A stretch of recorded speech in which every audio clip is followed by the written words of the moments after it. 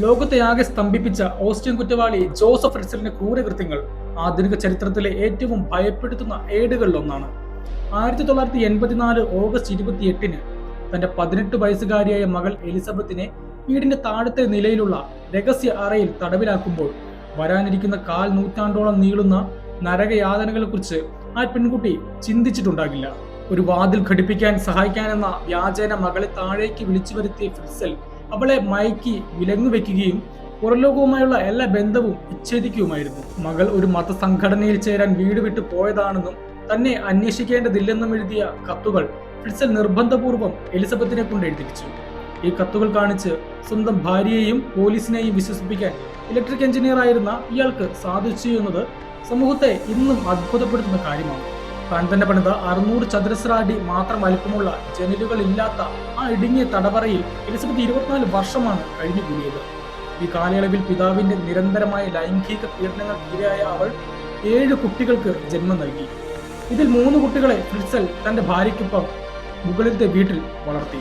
Elizabeth ഉപേക്ഷിച്ചു പോയ കുട്ടികളാണിവർ എന്ന വ്യാജകഥ വിശ്വസിപ്പിക്കാൻ വീടിന് മുന്നിൽ കുട്ടികളെ കൊണ്ടിടുന്ന നാടകവും അയാൾ ആസൂത്രണം ചെയ്തു.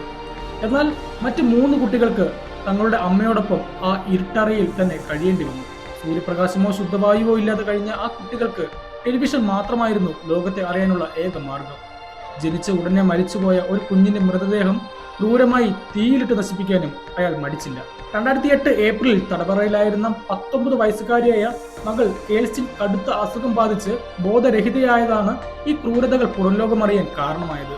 മകളെ ആശുപത്രിയിലെത്തിക്കാൻ എലിസബത്ത് നടത്തിയ അപേക്ഷകൾക്കൊടുവിൽ ഫ്രിറ്റ്സൽ സമ്മതിച്ചു. ആശുപത്രി അധികൃതർക്ക് തോന്നിയ സംശയവും തുടർന്നുണ്ടായ പോലീസ് അന്വേഷണവുമാണ് ദശകങ്ങൾ നീണ്ട ഈ രഹസ്യങ്ങൾ പുറത്തു കൊണ്ടുവന്നത്. പോലീസിന്റെ സംരക്ഷണത്തിലെത്തിയ എലിസബത്ത് തനിക്ക് മേലിൽ പിതാവിനെ കാണേണ്ടി വരില്ലെന്ന ഉറപ്പിന്മേലാണ് സത്യങ്ങളെല്ലാം തുറന്നു പറഞ്ഞത്.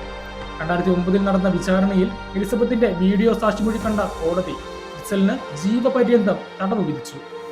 നിലവിൽ 90-ാം വയസ്സിലേക്ക് കടക്കുന്ന ഫ്രിറ്റ്സൽ ഡിമെൻഷ്യ ബാധിതനായി ജയിലിൽ കഴിയുകയാണ്. 2024 ഇയാളെ കടുത്ത സുരക്ഷയുള്ള മാനസികാരോഗ്യ കേന്ദ്രത്തിൽ നിന്നും സാധാരണ ജയിലിലേക്ക് മാറ്റിയിരുന്നു. ഇയാൾ സമർപ്പിച്ച പരോൾ അപേക്ഷകൾ 2025 ഒക്ടോബറിലും ഓസ്ട്രിയൻ കോടതി തള്ളിക്കളഞ്ഞു. ക്രൂരതയുടെ ആഴം കണക്കിലെടുത്ത് ഇയാൾക്ക് മരണം വരെ ജയിലിൽ തന്നെ കഴിയേണ്ടി വരുമെന്നാണ് റിപ്പോർട്ടുകൾ സൂചിപ്പിക്കുന്നത്. അതേസമയം എലിസബത്തും മക്കളും പുതിയ പേരുകളിൽ ഓസ്ട്രിയയിലെ ഒരു രഹസ്യ കേന്ദ്രത്തിൽ സമാധാനപരമായ ജീവിതം കെട്ടിപ്പടുക്കാൻ ശ്രമിക്കുകയാണ്. ലോകമെമ്പാടുമുള്ള മനുഷ്യാവകാശ പ്രവർത്തകരെയും കുറ്റാന്വേഷകരെയും ഒരുപോലെ വേട്ടയാടുന്ന ഈ സംഭവം റൂം പോലുള്ള വിഖ്യാത കൃതികൾക്ക് പ്രചോദനമാവുകയും ചെയ്തു.